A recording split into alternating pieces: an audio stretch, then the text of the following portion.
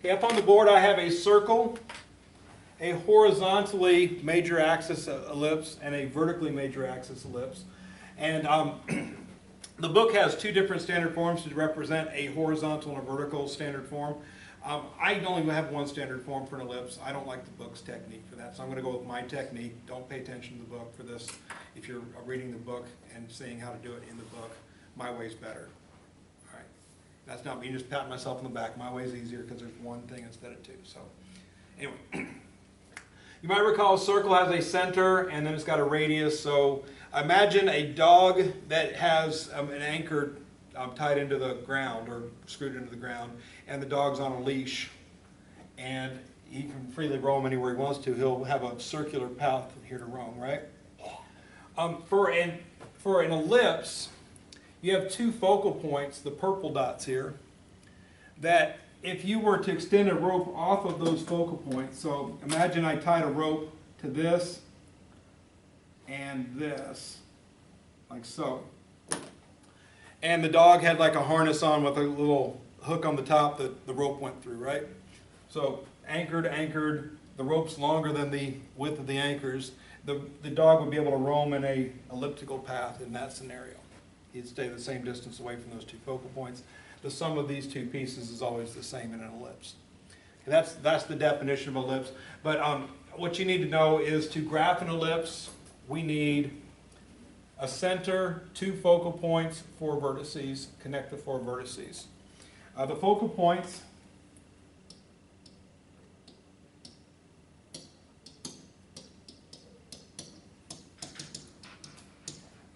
they're referred to in plural form as foci. Foci is the plural of focus. And then you have four vertices, vertex, vertex, vertex, vertex. Four vertices. The word vertex, the plural is vertices. And then you have one center. It's supposed to be blue. Right. One center, two foci, and four vertices. Connect the four vertices to make the ellipse.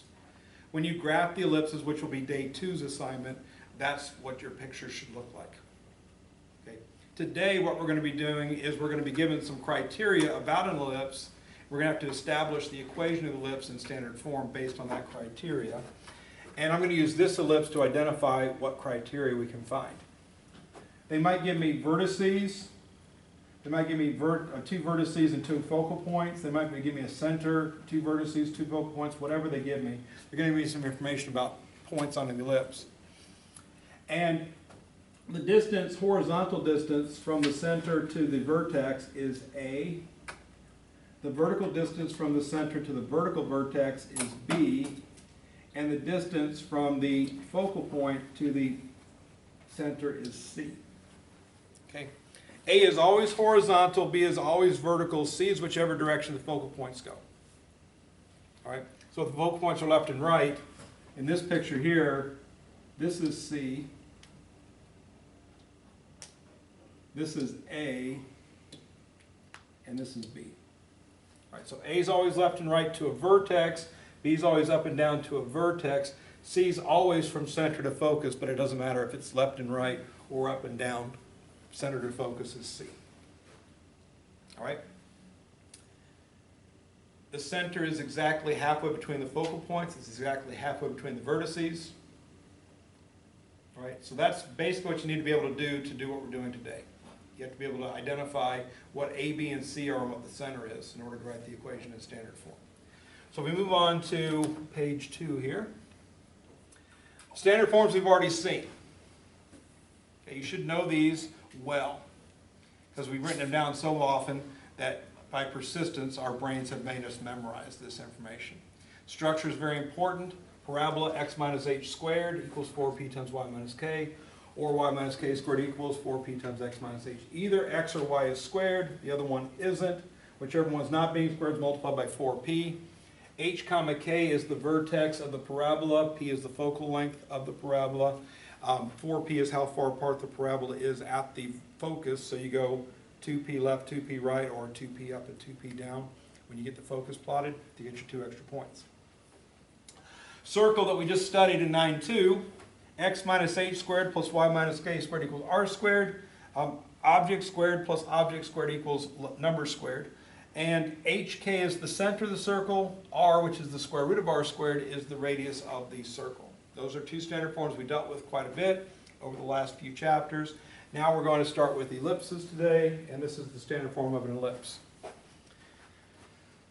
It is similar in nature to the the standard form of a circle. Difference is, instead of just having simple things equal a single thing, we have fractional structures equal to 1. Okay? And notice this, it says equals 1. That's part of the equation on every single answer. If you leave that off, you're wrong. Okay, and that's the most common mistake people make when they know what they're doing. They write the x minus h squared over a squared part, the plus y minus k squared over b squared part. They don't put equals 1. It's not an equation. It's not the right answer. So it always equals 1 if it's in standard form. And if you figure out what hk, a, and b are, you simply replace hk, a, and b into the structure and you get your answer. Over here, I've identified how to find c based on the values of a and b. If you know where the focal points are, then you can figure out what c equals. And if you know where two vertices are, you can figure out what either a or b is.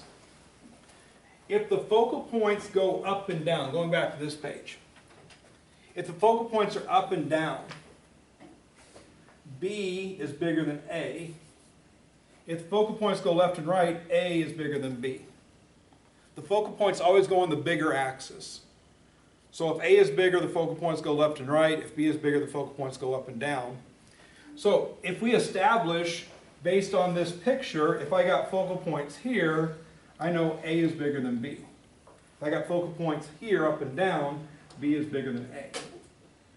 With that in mind, if a is bigger than b or b is bigger than a, that's how you find c off of a and b. There's two c equations. One says c squared equals a squared minus b squared. The other one says c squared equals b squared minus a squared. Notice in both cases the subtraction, a is bigger than b, so a squared is bigger than b squared. That's positive because big minus small. B is bigger than a, b squared minus a squared is positive because b is bigger than a, so it's big minus small. So that's the difference, is the order of subtraction. It's just c squared equals big one minus small one, basically. B squared minus a squared minus b squared. It's the bigger minus the smaller of the two. That's everything you need to know to write the equation of ellipse, right there on your paper. So let's try it out. Example 1. Write the standard form of the equation of ellipse that has vertices 0, 5, and 0, negative 5, and foci 0, 4, and 0, negative 4. So, vertices 0, 5, and 0, negative 5. So I just plot those 2 points. They are vertices, so notice I put the letter V next to each of them to identify them as vertices. It says foci are 0, 4, and 0, negative 4. So 0, 1, 2, 3, 4. 0, negative 1, 2, 3, 4. F next to this, F next to this, because those are foci. So I simply plotted what they told me. Based on that, if the center is halfway between the foci, the center is also halfway between the vertices, what is the center of this ellipse? Origin 0, 0, right? 0, 0 is exactly halfway between the two blue points. It's exactly halfway between the two red points. Okay, it should be centered on both sets of points. If you didn't know that, if you couldn't just look at it and see, you can do the midpoint formula of this. Midpoint is going to be 0 plus 0 divided by 2, 4 plus negative 4 divided by 2. 0 plus 0 is 0 divided by 2 is 0. 4 plus negative 4 is 0 divided by 2 is 0. There's your midpoint. Okay, that works as well, but again, if you can just visualize it and say the center's right there and put a dot there, that works as well. I usually do it the visualization way. So this is my center, I'll put a C there. Okay. Think of the center C as the capital C, where the lowercase c is this focal length that we're talking about. So my center is 0, 0.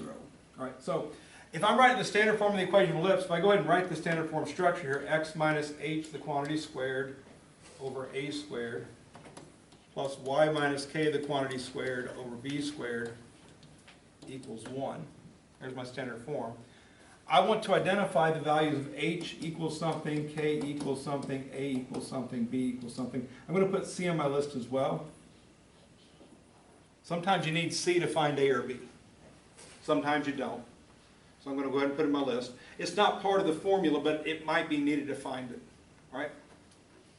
The other thing I noticed when I graph those points, I noticed the focal points are vertically positioned to one another, which means my major axis is vertical.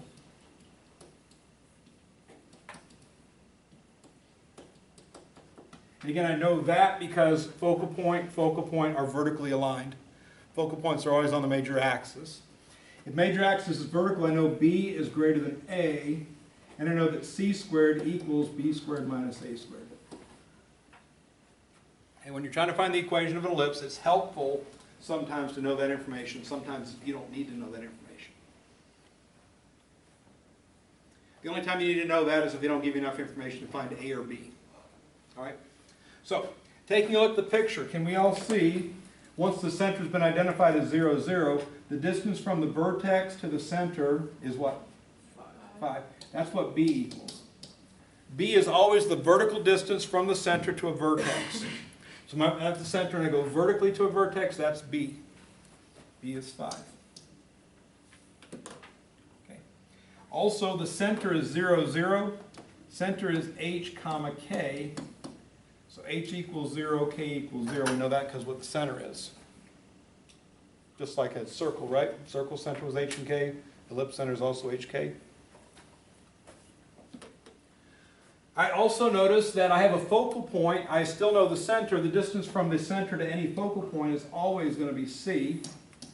How far is it from the center to the focal point? 4. So c equals 4. And a is the distance from the center to a horizontal vertex. Do we have any horizontal vertices listed on this? No. So we can't find a by inspection, so now we're going to have to use our formulas to find a. The formula we know we're going to be using here, since again, focal points are up and down, b is bigger than a, c squared equals b squared minus a squared. I know what b and c equal. I'm going to replace b and c in this formula to figure out what a is. So if I do that substitution, c is 4, so that's 4 squared. B is 5, so that's 5 squared, minus a squared. We don't know a yet. Again, that's the exact formula I need to use. That's the exact relationship between a, b, and c in this particular problem. 4 squared is 16. 5 squared is 25 minus a squared. I personally like my squared term positive, so if this was me doing this problem, I would chop the minus a squared, move it over here, make positive a squared. I'd chop the positive 16, move over and make negative 16. I want letters and numbers on different sides, but I want my letter positive, so I'm going to pull that a squared over to the left. So if I do that, nothing plus a squared leaves a squared on the left. 25 minus 16 makes 9 on the right. So a squared is 9, which means a is equal to 3. Now, I've got my whole list here of what a, b, c, and h and k are. Notice here that I found a squared equals 9, and notice here that a squared is in my formula. So I could write a equals 3, but what's 3 squared? 9. That's what's going to go in the formula, right? So again, when I'm working this out this way, I'm going to have a squared or b squared equals. I don't really necessarily have to write it here so much. I just, a squared goes here. So if I write a equals 3, that's fine. If I don't write a equals 3, if I realize a squared equals 9, so 9 goes there, take your pick. All right. Don't feel obligated to write this bit here if you can say, oh, look, that's exactly what I'm supposed to put in my formula. That's perfectly fine as well. So everything I need to know is right in that box. There's the structure. I simply have to replace each of the letters H, K, A, and B with those 4 numbers over there. So my answer is parentheses. Oops. I need a blue marker this time. I can't. All right, so it's going to be x minus h. H is 0 squared over a squared, which is 9. Again, I can either do 3 squared, 9, or I can say a squared is 9, so 9. Y minus k is y minus 0 squared, and that goes over b squared. B is 5, so b squared is 25, equals 1. And that's the answer to the problem. Plot what you know, identify what's found by the plot, figure out the center, figure out A, B, and or C. Once you know H, K, A, and B, write your answer.